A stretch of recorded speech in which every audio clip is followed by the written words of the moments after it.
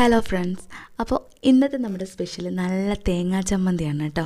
അപ്പോൾ ഈ തേങ്ങാ ചമ്മന്തി നമ്മൾ ഉണ്ടാക്കുന്നത് എങ്ങനെയാണെന്ന് നോക്കാം. ചട്ടി ചൂടായിട്ടുണ്ട്, വെളിച്ചെണ്ണ ഒഴിച്ചിട്ടുണ്ട്.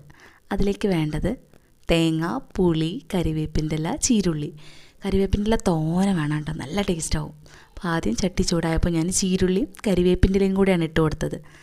കാരണം അതൊന്ന് നന്നായിട്ട് വേവണം. നമുക്ക് മിക്സിയിൽ അരയ്ക്കാനുള്ളതാണ്, അതുകൊണ്ട് നമ്മൾ കുറച്ച് വെന്താൽ മതി എന്നൊന്നും വിചാരിക്കേണ്ട. ആ വേവുന്നിടത്താണ് നമ്മളെ ചമ്മന്തിയുടെ ടേസ്റ്റ്. അപ്പോൾ ഇനി അതൊന്ന് വേവുന്ന വരെ നമുക്കൊന്ന് വെയിറ്റ് ചെയ്യാം. പിന്നെ ഇതിലേക്ക് മെയിനായിട്ടുള്ളൊരു സാധനമാണ് ഉണക്കമുളക് പൊടിച്ചത്. അപ്പോൾ അത് ഞാൻ 3 ടീസ്പൂൺ എടുത്തിട്ടുണ്ട് കേട്ടോ. 3 ടീസ്പൂൺ തന്നെ വേണം എന്നില്ല, നിങ്ങൾക്ക് എരിവിനനുസരിച്ച് എടുക്കാം. എരിവ് കുറയ്ക്കണമെങ്കിൽ അത് കുറയ്ക്കാം. അതൊക്കെ നമ്മുടെ തേങ്ങയെ അനുസരിച്ചിരിക്കും. ഞാനിവിടെ 1 മുറി തേങ്ങയുടെ പകുതി മാത്രമേ ചിരണ്ടിയിട്ടുള്ളൂ കേട്ടോ. ഇനി തേങ്ങ ഇട്ട് കൊടുത്ത് നമുക്ക് നന്നായിട്ടൊന്ന് ചൂടാക്കി കൊടുക്കാം. നമ്മൾ സാമ്പാറിനൊക്കെ അരയ്ക്കണ പോലെ അങ്ങനെ വറക്കണ്ട.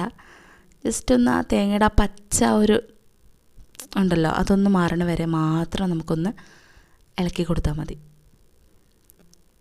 ഞാൻ ഇതിലേക്ക് ഉപ്പ് ഇട്ടിട്ടില്ല. ഉപ്പ് ആദ്യം ഇടരുത് കേട്ടോ, ഉപ്പ് ലാസ്റ്റ് ഇട്ടാൽ മതി. ഇനി നമുക്കിതിലേക്ക് പുളി ആഡ് ചെയ്ത് കൊടുക്കാണ്ട്, ഉപ്പും ആഡ് ചെയ്ത് കൊടുക്കാണ്ട്. ഞാൻ ഇതിലേക്ക് പുളി ഇട്ട് കൊടുക്കുകയാണ്. അപ്പോൾ 1 നാരങ്ങ വലിപ്പത്തിലുള്ള പുളി കുരു കളഞ്ഞിട്ട് ഞാൻ ഇട്ട് കൊടുത്തിട്ടുണ്ട്. ഇതിൻ്റെ കൂടെ തന്നെ നമുക്ക് ഉപ്പ് ഇട്ട് കൊടുക്കാം, അത് ആവശ്യത്തിന് ഇട്ടിട്ട്. ഇനി ഇല്ലയെന്നുണ്ടെങ്കിൽ നമുക്ക് ചമ്മന്തി അരയ്ക്കുമ്പോൾ ഉപ്പില്ലെങ്കിൽ ചേർത്ത് കൊടുത്താൽ മതി. ഇനി അത് നന്നായിട്ടൊന്ന് മിക്സ് ചെയ്യാം. ഇപ്പോൾ മിക്സ് ചെയ്യുകയെന്ന് വെച്ചാൽ കൈ വയ്ക്കാതെ അങ്ങനെ ഇളക്കൊന്നും വേണ്ട. നമ്മളെ ചമ്മന്തിപ്പൊടി പോലെ അങ്ങനെ ഒന്നും അല്ല കേട്ടോ. ഇത് നമുക്ക് ഈസി പീസി ആയിട്ട് ഉണ്ടാക്കാൻ പറ്റുന്നത്, നമ്മൾ ചോറ് വിളമ്പി വയ്ക്കുന്ന ടൈമിൽ തന്നെ നമുക്ക് ഉണ്ടാക്കാൻ പറ്റിയൊരു ചമ്മന്തിയാണ്. മിക്സിയിൽ അരച്ചെടുക്കുക.